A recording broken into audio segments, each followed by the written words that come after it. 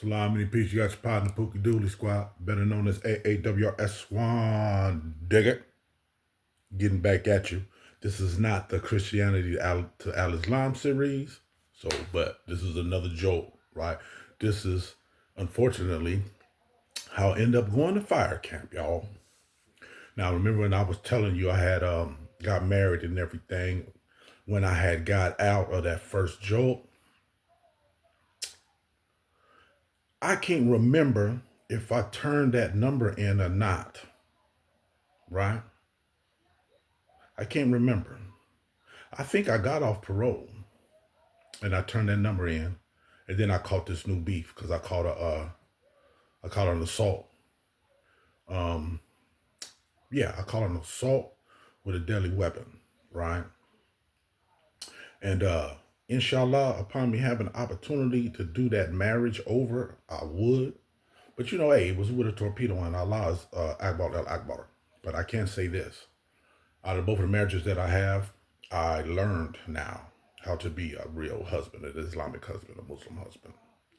I know what to do to, I know the necessary steps before divorce. And I already knew that because I always wanted divorce to be my last option in both of them. You see what I'm saying? But you know, hey, the other parties wanted to go their own way. So alhamdulillah, you know, inshallah, they'll be successful. Anyway, I end up just straight going into Fesikun, right? I caught that beef, right? And I just knew it was going to be bad. You know what I mean? Because I had already been up in there, and now I'm coming back as a return offender. You see what I'm saying? And the Dukester, Rajun, she came to court. Normally, I don't be wanting her to come to my court proceedings. You know what I mean? Because she had enough of that when I was younger. Long story short, she pops up in there on the court day. They let her come in there and see me. I was tripping. I was like, what are you doing here? You know what I mean? She was like, I had to come and check on you, you know, whoopie whoopie whoop. She was like, I talked to the dump truck. You know, that's the public defender for y'all that don't know. I didn't had dump trucks that was so bad that the lawyer looked at him and look, it was an African American, y'all. The judge looked at him and said, "Sir, do you know what you're doing?" That's what he said. And I said, Your Honor, no, he does not know what he's doing. He is fired. Right? I fired his ass right on the spot. The judge was like, "Ooh, yeah, hurry up. Continuance. Anyway, the Deucer said, "Yeah, I talked to the dump truck. They say, you got a shot at fire camp on this." And I was like, "Really?" And she was like, "Yeah." I was like, "Well, man, that's an assault with a deadly weapon. That's a felony. That's a serious felony." You know what I mean? She was like, "They say you got action at camp." I guess I did discharge that number. Anyway, long story short, boom. I get back to Donovan on the level 3, go through reception. I get to the 2 yard, right? The 2 yard is always known as being toe up at Donovan. It's just toe up. You know what I mean? Dirt. It's just it's just dead. You know what I'm saying? So, but now at that time they had changed it. At that time they changed it to a reception sending people to camp because it was dorms. When I was over there the first time on the whole, it was sales, right? But now, boom, they put dorms over there. So they're sending people to camp from there. So I was up in there and one of the twins was up in there, one of the downtown twins down here in Dago Life, he was balling.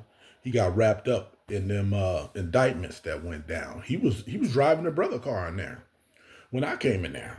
You know what I mean? I came in there and I was like, who's the rep? And they was like, okay, they're gonna rep over there. So I went over there and I was like, oh, what's up? What's up, T? He was like, oh man, what's happening? I was like, psh. I was like, man, up here on this BS. You know what I'm saying? So, we start talking because I was in and out of downtown at that time and I had met him. It's straight Fessicoon. You know what I mean? So, hey, I don't need to go no further. It's a shame I ended up going back. That lets you know my mind state at that time. It's Fessicoon, right? Boom. He let me know what was going on. I said, hey, is there any Muslims in there? You know what I mean? He's like, well, yeah, there's a brother over there. Brother over there. I was like, all right, cool. So I went and introduced myself to the brothers. You know what I'm saying? Because that's what you're supposed to do. At least that's what I do.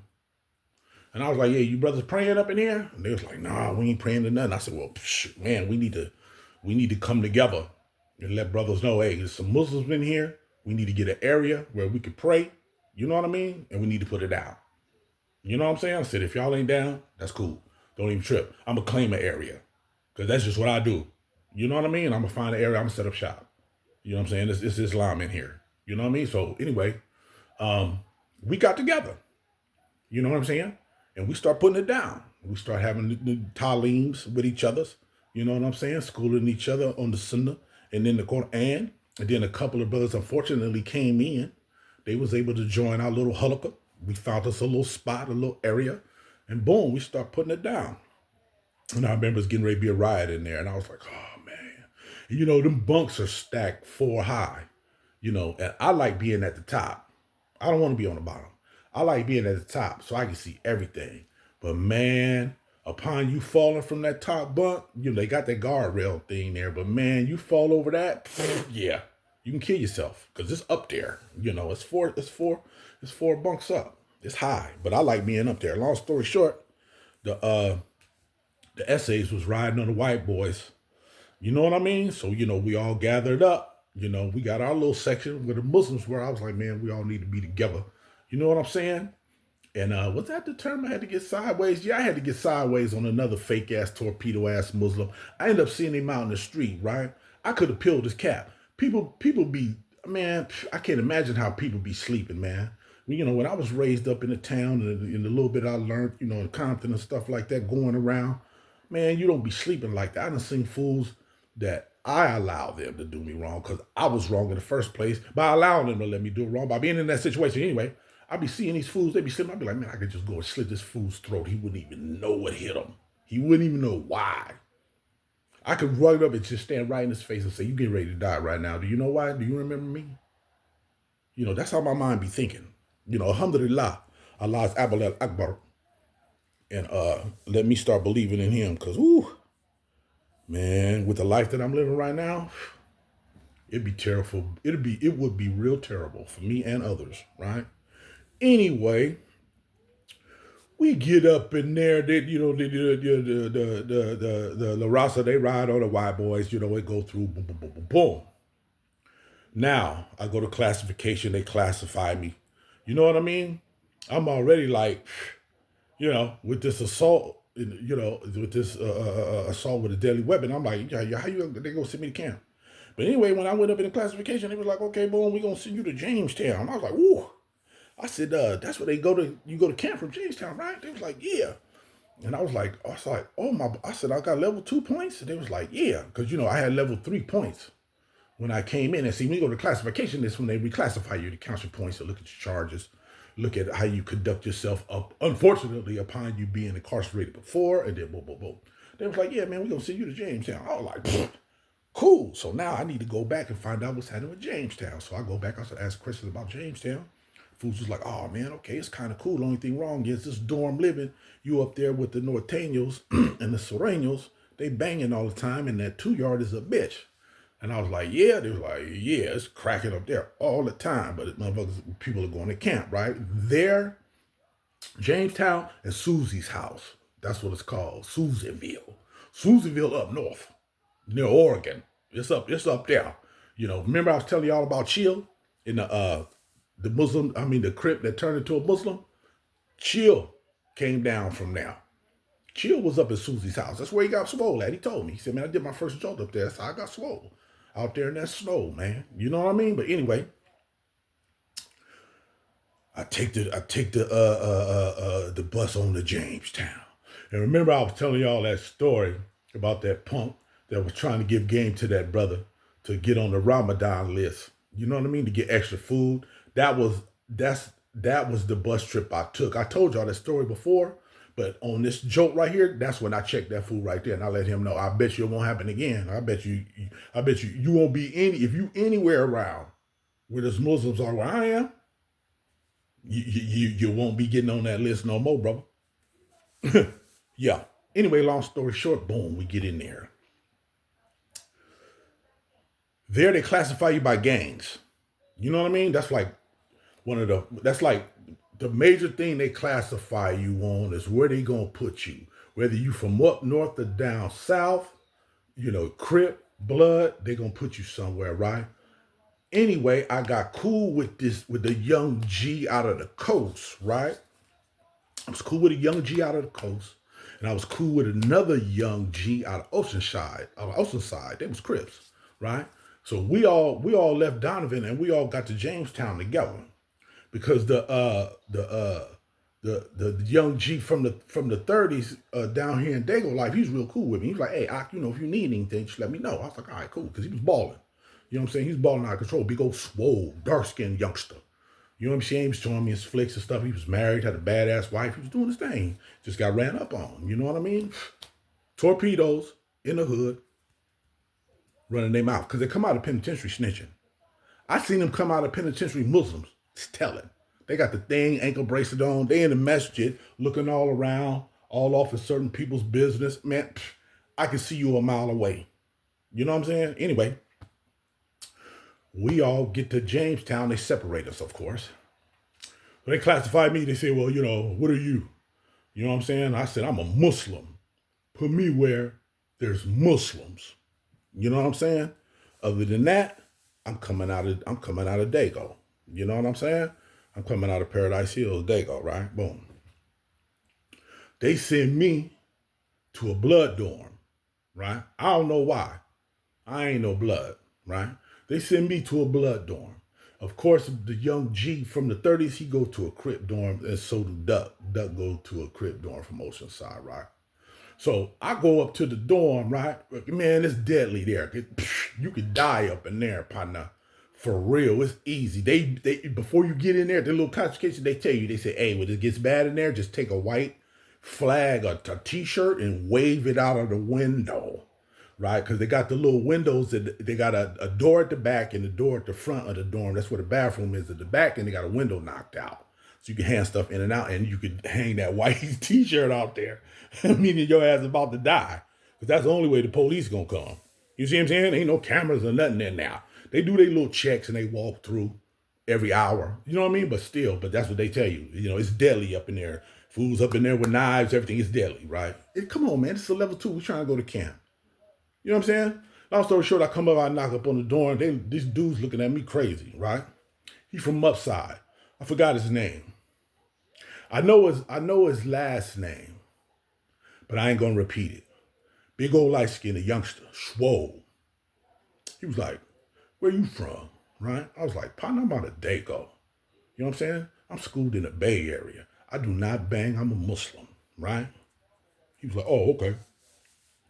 So the police come anyway, and they let me in, boom. So I come in there. I'm in there with another young G out of Lincoln. I could say his name. People will know who he is, but I ain't gonna do that. But I'm gonna say this. He's balling out of control. You see what I'm saying? He's balling out of control. And his family member, balling out of control. Okay? Boom. I'm up in there with him. Big old youngster out of Lincoln. Big old young blood. Right? He up in there swole. I come in there, he calling the shots up in there. He tell me to get down when I walk in. Because, when you walk in Jamestown, you come in, you in a day room right there with the TV. It's a couple little seating area where you can sit in, then you walk in through the dorms and bathrooms at the end. So he gave me to get down in there. You know what I mean? He was like, we mostly bloods up in here. I said, man, I don't even bang. I'm a Muslim, homie. You know what I mean? I said, I was schooled in the Bay. He was like, okay, we got a brother down there from Richmond that's in here.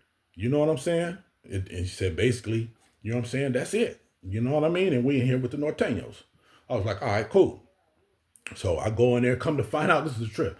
I end up bunking with this cat from Skyline. I used to mess with his sister. I knew his little brother. Right? So me and him start talking. He was like, for real? I was like, yeah, man. I said, is your brother Woodward? He was like, yeah. I said, man, I know your sister. And he was like, you know my sister? I said, yeah. I used to kick it with your sister. You know what I'm saying? He was like, oh, okay. So boom, boom, boom, boom, boom. Now me and him bunkies. He on the bottom bunk, right? Then I get hooked up with the brother from Richmond.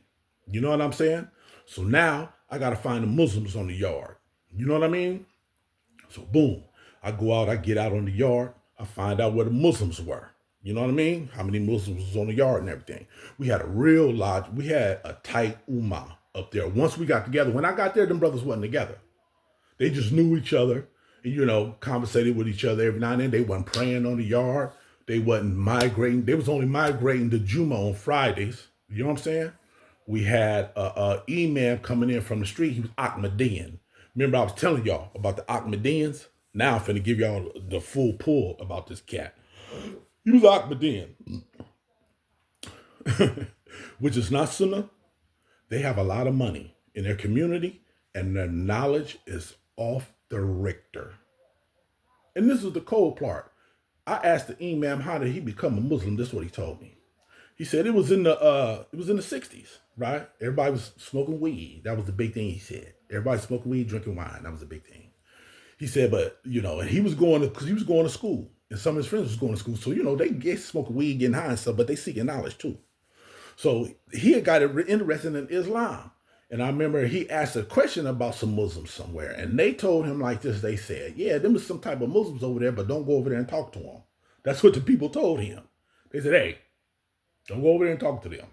Right? So that I guess that sparked his curiosity. Long story short, he went over there. They were Ahmadiyyans, man. Next thing you know, he took that little Khalifa. Because they got their own little their own little Khalifa. And they built an allegiance to this cat. They was pushing the deen in the early 1900s in India. That's who they following this dude. I ain't gonna say his name or nothing, but he was knowledgeable and he thought he was a prophet of Astaghfirullah because he led a big Islamic movement there and whoopty wham, whoopty whoop. So anyway, I get with the Muslims there. I said, man, we need to establish a spot, man. You know what I'm saying? So we could pray and stuff so people will know, hey, it's Muslims over here. Now, I remember on another video, I told y'all a story about a Chicago cat that was a torpedo, and we was protecting him. And he didn't let me know that the Crip was acting funny. The one that's Crip that was stressing him in the dorm. I told y'all about that, but this was on this jolt right here when that went down, and I give you more detail on that. Anyway, boom. I get with some like-minded brothers, and then I get with a brother out of the brother was out of Pittsburgh. Alhamdulillah. Pittsburgh, California. We used to go there and go fishing. I think that was the first place I was able to take my girlfriend on a long distance trip to go fishing as a youngster. My mom was cool, man. You know what I mean? Yep, I took her to Pittsburgh, man. Her and my homeboy. I had my homeboy with me too. Well, he wasn't my homeboy. He just was a partner. Me and him got kind of cool at the time because we played baseball together. His mama was cool with my mama. Y'all know how that go. And he used to fight. He used to hold this pit bull that was a fighting pit bull for this cat. Anyway, we get to Jamestown. We start putting it down. I meet this cat out of Pittsburgh. This young cat. He interested in the dean. Hey, this story to me. Anybody become a Muslim from a different life is incredible. But his story was cool. Anyway, I found him asking questions, right? And he could come out at night. When I first got there, I couldn't come out at night. I was A2B, right? And when we finally went to Juma, I didn't actually challenge the dude, but I just let him know. I was like, man, you ain't no Muslim. And in all actuality, you ain't supposed to pray behind nobody that's not following the Sunnah. But upon you being forced to in that situation, you have to make a corrective sajda to make sure that you covered. Because they're going to be saying, you don't know what they're saying in there. It is prayer. So you want to cover yourself. You know what I mean? So, hey, I let the brother know that, hey, man, you don't follow no sunnah, man. You ain't no Muslim. You know what I'm saying? But I dig your knowledge. And his recitation was one of the best Quranic recitations I ever heard in my life. His Quranic recitation was so beautiful. I used to love it. And I used to ask him, are you going to recite? Would you recite a little something? And he would say, okay, brother. Man, I could sit and listen to him for hours, and tears would come. His recitation was so beautiful because he had a deep, melodic voice. And you could hear his pronunciation. It was crisp. Just like he was born an Arab. It was Beautiful, right? Anyway. Oh man. So now when you get to Jamestown, you gotta wait there for a while, and then you go to classification. Now I get cool with the Norteños, right? I saw some Norteño torpedoes that got sent from my building out on the yard after the Serenos. I'm gonna get with that later on. I'm not gonna try to hold y'all too long, but I don't want to do a whole bunch of episodes. You feel me? So we may go kind of long. So dig in. So anyway, this young brother started asking me questions about the dean, right? So I would tell him the best knowledge that I could. He would come see me at night. And plus we kicked it at the masjid and whatever. I came out on the yard on the daytime. And he would ask me questions. And I was like, all right, cool. Now we had another brother who was the most knowledgeable on that yard. He was out of Ohio. This brother, his Quranic recitation was the same way too. But his knowledge of the dean was just off the chain because he did a lot of time. He did a lot of federal time. He told me. He said, man, that's where I got my knowledge from. He said, doing that federal time, man. I think he did like maybe 10 or 15, right? And he was studying. I mean, you could ask him anything and he quoted, boom, boom, boom, word for word, verbatim out of the books. And he started teaching me to learn and write Arabic too, man. I was learning from him fast. For some individuals, it's difficult. That Arabic is difficult for me. But with some people, with him, I was learning it fast. I was able to start writing it a little bit and everything. But that brother I'm telling you about, we're going to call him T. Man, he took off with it. He took off with the Arabic, yo. Anyway, once we started coming together, we, of course, voted him as the emir because he's the most knowledgeable. At first, he didn't want to participate because he was like, man, I'm kind of short. I'm going home. Whoop-de-whoop, whoop-de-whoop. And I was like, man, you already know what's happening now. This is the sunnah. You know what I'm saying? So, hey, this is what, we got to do it, man. We got to set up shop. So we came together. Now, what he was doing was he was asking me questions, but then he was going to the dude from Ohio. The dude from, and asking him questions too. I didn't know that until later on, until he told me. So after a while, when we started getting cool and then he started pushing more on the dean, he said, man, I was going to check on them answers that you gave me. I said, for real? He said, yeah. I said, all of them? He said, yeah. I said, every time you talk to me, you went and checked with somebody? He said, yeah. I said, who'd you go check with? And then he told me who it was. I was like, oh man, I know I got everything wrong, right? He was like, nope. He said, everything you told me was correct. I said, really? He said, yep. He said, he gave me more detail, of course, because he's more knowledgeable. I said, yeah, I understand. He said, but all the questions that I gave you, you answered pretty much correct. So that made me feel good. Alhamdulillah. And then he started pushing harder in the deen. And then this cat came in from off the street that I knew. He was Hezbollah, right? He was one of them cats. And I was like, oh, man. But I knew him from the street. I knew him from the drug dealing and the drug doing days. You know what I'm saying? When he came in there, I had to check him one time, too. You know what I mean? I had to let him know. You know what I mean? That, hey, partner, you don't talk to me no any kind of way. I'm a grown-ass man up in here. We can handle business up in here. You're not even following the right sunnah. You know what I'm saying? So, hey, you know what I mean? He wasn't even, he came to our halakha a couple of times, but I let the brothers know. I was like, man, this dude, we had a couple of brothers like that. You know what I'm saying? Then one brother tried to talk crazy behind my back because he was basically jealous because he didn't have no knowledge and he going the wrong way. Period. He was stuck on Uthman Dan Fodio. I got a video of him. He led the African resistance of Islam, a revival of Al-Islam in Africa, right? But he had no knowledge. He was a torpedo. He was on the Nation of Islam tip. And then we had y'all ever heard of the Bulldogs? The Bulldogs out of Fresno?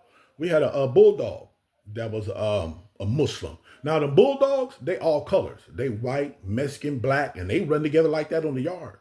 That's how they run. White, Mexican, black, they Bulldogs. You know what I mean? It's straight out of Fresno, up north. You know what I'm saying? That yard was crazy up there. And the 2-yard was always cracking. We always, shutting down the yard and always locked down and, torpedoes being flown to each other. I got a lot of stuff to get into, but I'm getting ready to shut it down. And then I'm going to come back at y'all because I don't want to lose, your attention. But there's a lot going on here, and then I got to set everything up in my mind because it's been a long time. And I want to make sure that you guys get the right information on what went down. You know what I'm saying? So we're going to leave it off at us coming together as a ummah of Muslims.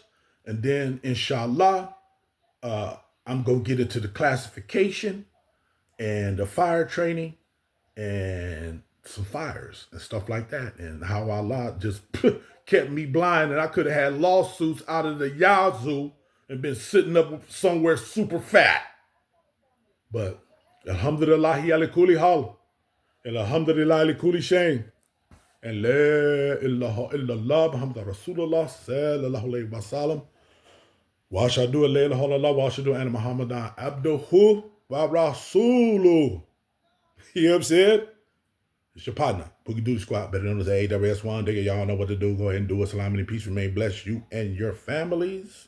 Inshallah, we're going to come back with the, I'm just going to call it the second jolt on my way to fire camp. Salam and peace. Remain blessed, you and your family.